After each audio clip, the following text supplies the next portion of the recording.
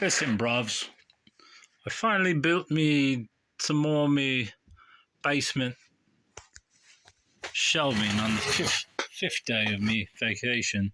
I was supposed to start on the first, and then the second and the third, but I just waited. So here we are, bruv. Got lots of books. 3 videos worth, bruv. Slave States by Frederick Law Olmsted, revised and enlarged, edited with an introductory essay by Harvey Wish. F.L. Olmsted wrote these clear-sighted accounts of life in the South in the 1850s as articles in the New York Times, and written as they were with balanced intelligence and ability to see comedy where comedy was, and a hatred of slavery. They rapidly became the most important source of information about the life and customs of the slave-holding states of the South. They were even quoted extensively in debates in Parliament, and they figured prominently in continental discussions on the justice of the Northern cause in the Civil War. In America, even such fierce abolitionists as John Greenleaf Whittier said, Olmsted has the rare faculty of seeing things as they are, undistorted and uncolored, and other contemporary appraisals followed Whittier's opinion. This book, bruv, I can't remember where I even bought it now. It's been a week or so. But this is Spooky Tales from the Georgia Mountains. Let's hear some spooky tales, even though none of us are from Georgia. The Wish Quill. Emily Lewis raced through the woods, dodging limbs and underbrush. Harry floundering through the autumn leaves. Behind her, she could hear her cousin Harry floundering through the autumn leaves, yelling her name. She wanted to scream at him to leave her alone, but that would only tell him where she was, and she wanted to get away from him and his family, at least for a while. None of them cared about her anyway. She was only an orphan relative they'd taken in to be a servant. Even today, when Uncle Gordon and Aunt Pearl were visiting relatives, Emily had to piece quilts with the women instead of playing with the other children. That's sad, Emily. It's almost as sad as this son bitch, crying his eyes out. Yeah, bruv, we got a book. The Education of Edward Kennedy. I bought this one at a half-off sale. Now I recall, bruv. Is that a half-off sale? Yes, it was. And it will go up here with all the other Kennedy books, though I will have to remove Mock Lane. Anyway, you know about Edward, the most crooked and murderous of the Kennedy brothers. And he will go up there. Kennedy brovs. Now we got these up here like that, bruv. The most murderous of the brothers. I don't know if the other brothers were murderous. I know they were murdered, but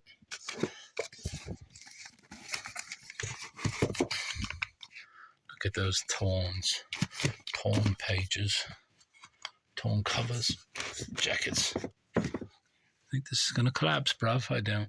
I got some reinforcement. The Complete Sherlock Holmes by Sir Arthur Conan Doyle. You know what I'm talking about with Sherlock. I keep getting them because I can. And I still have not read a page, but I promise I will at some point, bruv. Beautiful stories from Shakespeare for children. Considering I've really read hardly any Shakespeare, period. It's curious I keep buying them, but I do. And I have to, bruv. See, that's nice, but this is a nice book, so how could you pass it up, bruv? And it's got illustrations.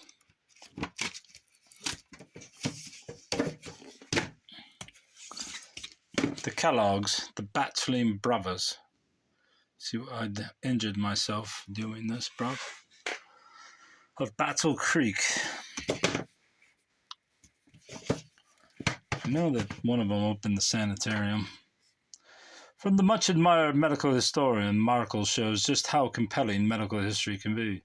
Andrea Barrett, an author of Anatomy of Addiction, Absorbing Vivid, Sherwin, blah, blah, blah. John Harvey Kellogg was one of America's most beloved physicians, a best-selling author, lecturer and health magazine publisher, founder of the Battle Creek Sanitarium, and patron saint of the pursuit of wellness.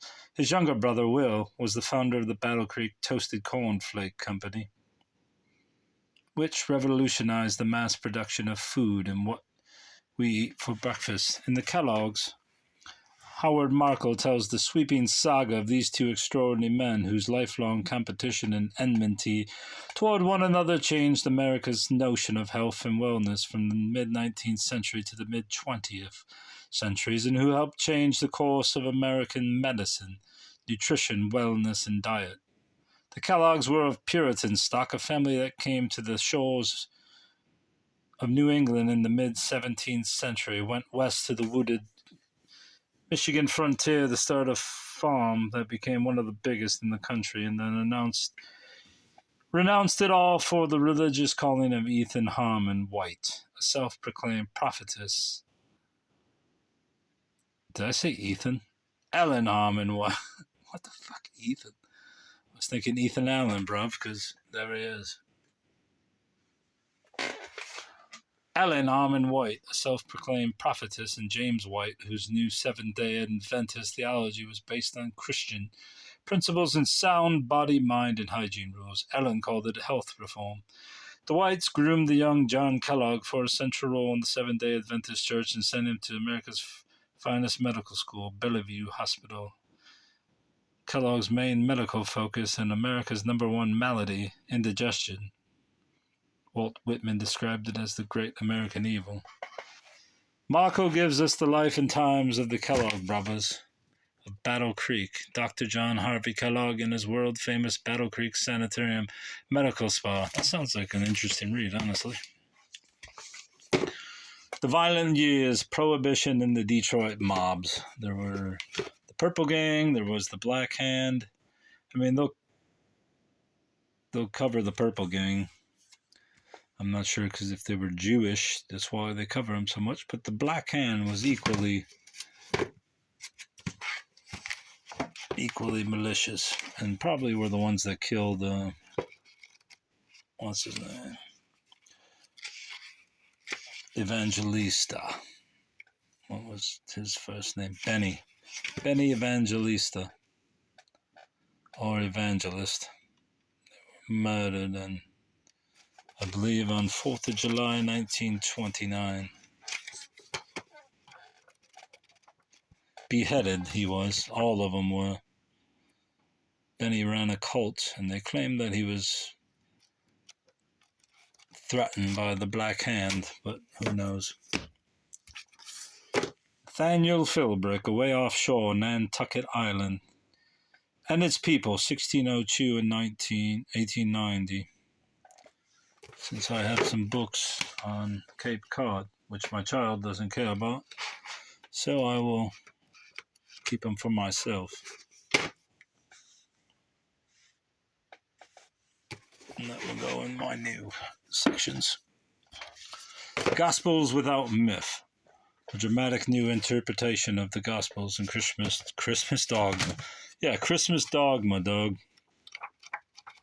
This one I bought to sell. I think it has some value. Or maybe it had a dust jacket on it and I took it off already. I can't remember. Yeah, that would... No, I didn't take it off this because if I had, it wouldn't be on there. I bought this for the dust jacket and I put it on something, but I don't remember what. The Time of Stalin, Portrait of Tyranny. The reader is opening a book about a terrible historical crimes. Its style and contents. You all know Stalin, bros. Oh, what's that say? Is that Stalin? That Stalin's dead. Lance Dwyer, class of 92.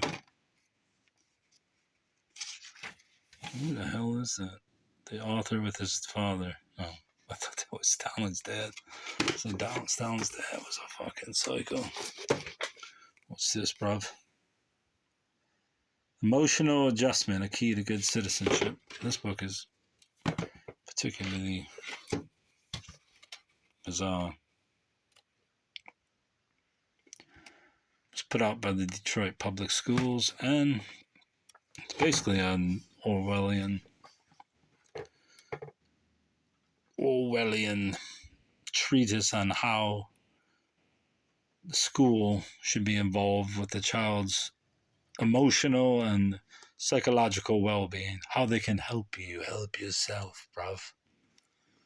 Creepy. Data about children. Listen, you should be teaching children, and honestly, if a kid comes to school with a fucking bloody nose or a black eye or broken bones, then you call the police. Otherwise, you teach that kid. You don't say, listen, Johnny, are you feeling sad today? Unless Johnny's crying, then you say, Johnny, why are you crying? And then if there are signs that he's being abused, then obviously you call the police. But you're not a psychologist, bruv. Well, maybe you are, but you shouldn't be. Lincoln. David Abbott Donald, winner of the blah blah blah prize. Don't think I have this one, bruv. Be terrible if I did. My collection of Lincoln, 3, 6, 9, 12 books. Hey, look, he's right next to traitors, because he was a traitor to the country. He should have brought federal troops into the South. Instead, released the slaves. No need for a civil war. There was no need for civil rights or any of that, bruv. People were free. And just because you held them as slaves doesn't mean that they weren't slaves. They were slaves. They weren't. They were free citizens, but people were too much pussies to go and free them from their kidnappers. The kidnappers. What is that Mary Todd Lincoln book? What the hell is that book? The Madness of Mary Todd Lincoln. I have to bring that down. I don't know where it's at. Alright, there's Lincoln. He's all set now. Alright, we got that good, bruv. The Madness of Mary Todd. Hey, look, they're both assassinated. Alright, that's all.